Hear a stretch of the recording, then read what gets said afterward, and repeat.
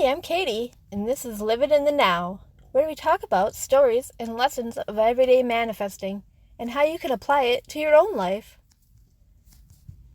So I heard about Neville Goddard's climbing a ladder experiment and decided to try it. The exercise was given to his students to imagine for 3 nights climbing up and down a ladder until one fell asleep. And just as important, during the day they were to have written down the words, "I will not climb a ladder," and have these words placed wherever one would normally see them during the day. And when you see these words, you would really mean it, that you will not climb a ladder. After 3 days, you let it go, and at the end of the week, if you climbed a ladder, you were welcome back to Neville's next lecture, which ended up being a much smaller group. He told those who came back the following week, "All you climbed the ladder, and you could have just as easily made $1 million in cash as you did in climbing the ladder. I'm going to teach you to be healthy, wealthy, and wise." So here's what you do. For 3 nights, you imagine climbing a ladder to sleep.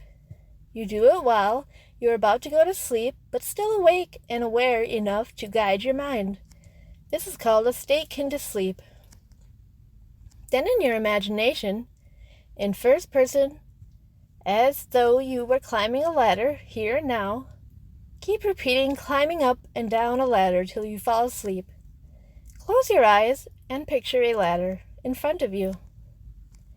Take your imaginary left hand and reach out and take hold of the left side with your imaginary left hand. Then with your imaginary right hand, reach out and take hold of the right side of the ladder with your imaginary left foot lifted up and put it on the first rung. Now push yourself up and start climbing the ladder. When you get to the top of the ladder, climb back down. Then climb back up, then climb back down. Again, when you wake up in the morning, you must write several notes saying, "I will not climb a ladder," and mean it with all your heart. He said you must do both, the imagining before bed and the writing of the words, or having the words placed around you for you to see that says, "I will not climb a ladder." Then after 3 days, you drop it. The ladder is just a placeholder of whatever you want in life: health, wealth, happiness, or love. Climbing a ladder seems like such an ordinary, natural, everyday task, and that's how all your desires should be and should feel like: natural and ordinary and happening for you. Your desires should feel natural and like an everyday, natural thing. Like, I walk in a room, I shower, I eat, I get my desire. All things should be and feel normal and natural. This exercise can also teach you to go general with a simple desire versus conditioning it and causing further resistance. What does that mean? It means, for example, if you want a relationship partner, I'd say I want a partner who's perfect for me. That is a general desire. It's the way you'd phrase it to your friends or family if you had it. They'd ask, "Do you have a partner?" And most likely you'd say, "Yes, they're perfect for me." This implies all specifics that makes them perfect for you, like looks, interests, connection. If I were to condition this desire, that would be like overanalyzing and specifying every detail of it, which I sure did at first when trying to manifest a partner. I'd be like, I want them to live close, have the same desires, a non-smoker, no kids, has a job. Just like all these little things that really, if you look at it, only reminded me of those things and how I got those unwanted desires in the past, and then how I didn't want them now. So when you're trying to be specific and say the opposite of what you don't want, it still brings about doubt and just reminding you of all that without even realizing it. That is why general and an overall phrase or focus on your desired end result is best. Like, I want a relationship with a person who is perfect for me.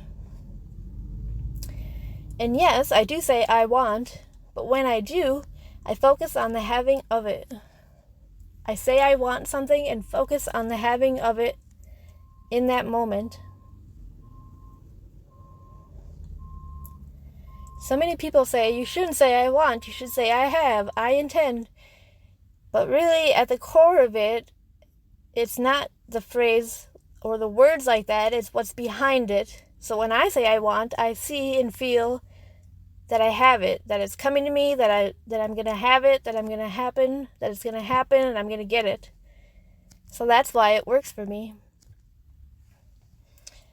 And so even though you don't say tons of specifics about your desire, it can still turn out to be specific in the end, because your mind remembers and keeps track of details and stuff even when your conscious mind forgets.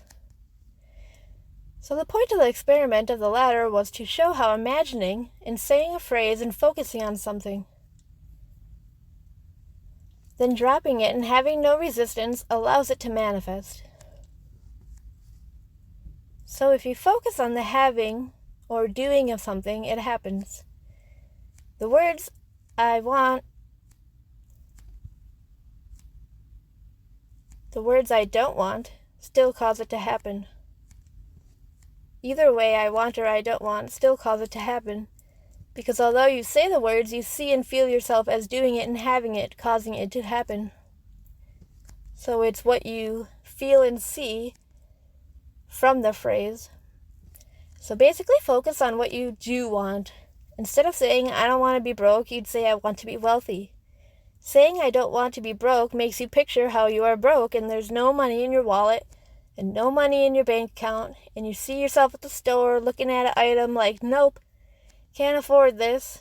So that focus on being broke continues to manifest.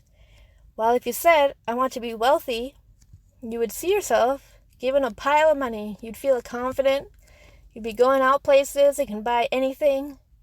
You feel happy and free. See how each phrase or words cause different scenes in your mind and feelings then? So always focus on what you want.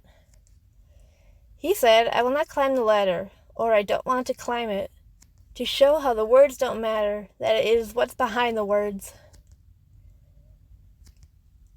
So I'd suggest not using words like will not, and don't want for your actual desires. That was just his way of showing how it works. So since we aren't attached to climbing a ladder, we aren't going to ask endless questions or details about the ladder or how it's going to come about. This imaginary scene of the ladder was a short repeated scene, making the focus very clear. Climbing a ladder has no resistance, and resistance means negative thoughts or feelings about it. So, how did it manifest for me, are you wondering? I did the experiment and imagined climbing the ladder and went to bed. I only did it once and for one night. I was like, well, there's never any ladders around me. I don't even remember ever seeing a ladder up close. I don't know how that would even happen, but I did it anyway and I went to bed.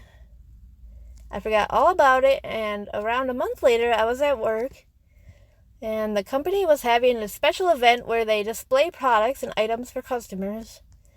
I've never seen a ladder at my work before, but so my main boss was near me setting up his displays, and out of nowhere he calls me over and he chose me out of several people nearby and pointed directly at me and said, here, I need you.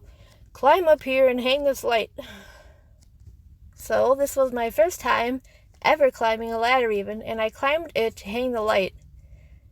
When I was at the top of it, it came to me like a flash, like, wait a minute, this is that, and it worked, and it happened. I saw so clearly and perfectly how unexpected manifestations can happen, how anything can happen, even stuff that has never happened before. This really strengthened my belief in myself and my power to manifest. If you impress your mind right, things, people, and the world will be arranged for you to bring about your desires. Thanks for watching my video, and hit the like button and subscribe.